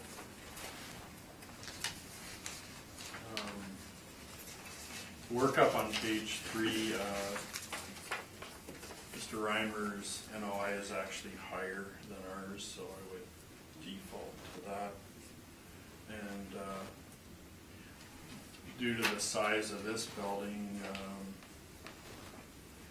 the cap rate of 5.1 is appropriate, and we would ask that you maintain the assessment of $1,222,000 or roughly $76,000 a unit. Somewhat modern building, good location. If there's any questions, happy to try and answer them. Thank you, Mr. Lucky. Mr. Reiner, do you have any questions? So again, Mr. Lucky, this is, as far as you can tell, it's model driven, top to bottom, including cap, correct? Right. Thanks, Madam Chair, that's my question. Thank you. Mr. Seeland, do you have any questions? No questions, Madam Chair. Thank you. Mr. Whitbread? I have none, thank you. And I have none. Mr. Reiner? Page 8, please. And actually, I forgot to raise this in the previous hearing, but I'll just raise it now. So the, as you can see, and Mr. Lucky's exactly right on page 8, the net operating income at line 33, we are in fact about $4,000 higher than the department, so the issue comes down to cap. Based on the age bracketing, we're suggesting a capitalization rate of 6%. Altus certainly is not accepting the premise that in and of itself, a smaller building is going to have a lower cap rate. If one refers to our capitalization rate study, and then you don't need to turn there if you wish to do so, but on page 3, the properties, we've gone by age of property here, but if you look at the size of the properties, there's buildings, La Verandre was 6 units with a 5.9% cap rate.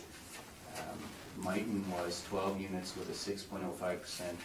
St. Anne's was 14 units at 5.94%, and St. Mary's was 11 units at 6.26%. So I'm not certainly of the view that the size of the building will have that kind of pronounced impact on the capitalization rate. We continue to believe, based on the age bracketing, that 6% is appropriate.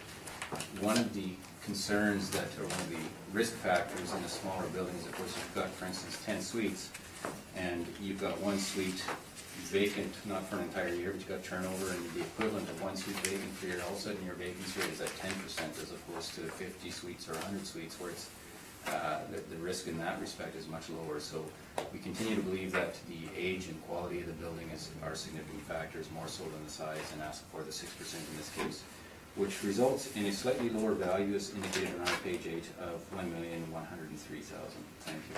Thank you, Mr. Reiner. Mr. Lucky, do you have any questions? No. Mr. Whitbread? None. Mr. Seeland? No questions, Madam Chair. Thank you. And I have no questions. Move to our last property, 396 Stradbrook. Issue is Quantum. Mr. Lucky, when you're ready. Thank you. File number 19-3538 is roll number 120316-77000. We're at 496 Stradbrook, 1961 two-story building with some basement. There's 13 suites. It's another small building. Its overall gross floor area is 8,778. Again, we're on Stradbrook. This is just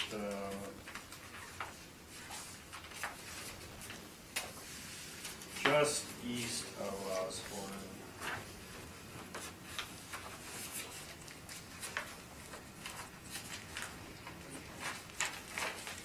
Just fire halls on the corner. Next page is the street view. And we have model parameters. There's 4 bachelors, there's 8 one-bedrooms and 1 two-bedroom. Our overall is $703 income per unit. And small building, the cap rate is 5.1.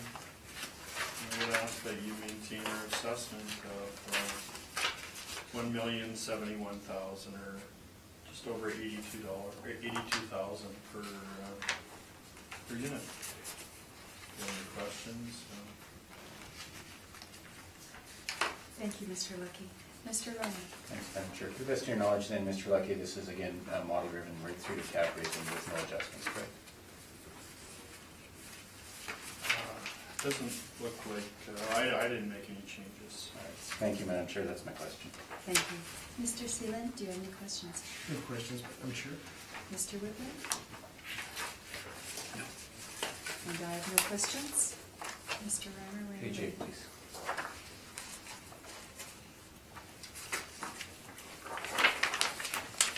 So in this case, the issues are fundamentally twofold. Cap rate being the significant issue, and for the same reasons we've discussed earlier, we've bracketed this in the age category that would indicate a cap rate of 6%, so that is the cap rate we're suggesting. You'll also see though on our line 33 that the NOI we've calculated is a bit lower than that predicted by the model. That is primarily a function, in fact it is a function of the income side rather than the expenses in this case. If you go to our line 13, the effective gross income that is in place, and it's specifically relating to the 2017 performance, was $92,634. If you look, and this is a good example of some of the things we've been talking about earlier, if you look in the 2016 column, you'll see in line 13 that the effective gross income is only $79,466, so there was a significant jump.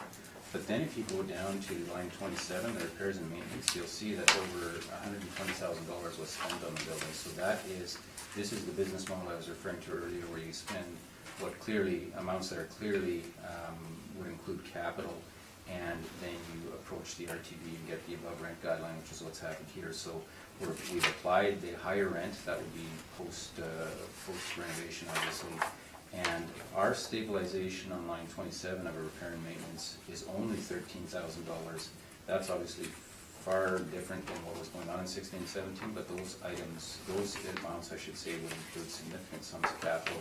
The $13,000 is representative, we believe, of what what an investor would stabilize. It's much more consistent with the repairs and maintenance expenses from 2013 to 2015, which, as you see there, range from $11,100 up to a high of $14,500 roughly. So we've stabilized it at $13,000, and using then that stabilized amount and the rest of the expenses as shown there, our total expenses are $45,836. Again, lower than what the model predicted, but when you apply that lower expense amount with our lower gross income, the net result is an NOI of $46,798, capped at 6%, results in a request this morning of $780,000. Thank you. Thank you. Mr. Lucky, do you have any questions? I do. So your line 27 has, in 16 they spent $123,000 on the building, and then $40,000 the next year. Yes. And yet your value is $26,000 lower than they paid for the building in 2011, 9 years ago. That could be enough. I paid no heed to a 2011 sale. I looked at the performance of the property leading up to the reference date, so, but sure, if that's what it is. Okay, no further questions. Mr. Seeland, do you have any questions? No, Madam Chair. Mr. Whitman? Just a clarification on page 8, top, line 5. Is it hashtag DIV/0 exclamation mark your vacancy rate, or is it 2.7? The good question. The amounts I've seen in some, and this is one of the cases where what they're reporting as the effective gross is net of any vacancies. So that on row 8, the $90,214 would be net of any vacancy that was in the building, and effectively incorporate any vacancy into that figure.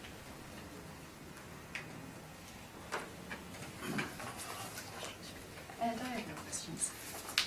Thank you all for your time. Thank you. Thank you. That concludes our session today. Thank you very much to both of you for your presentations.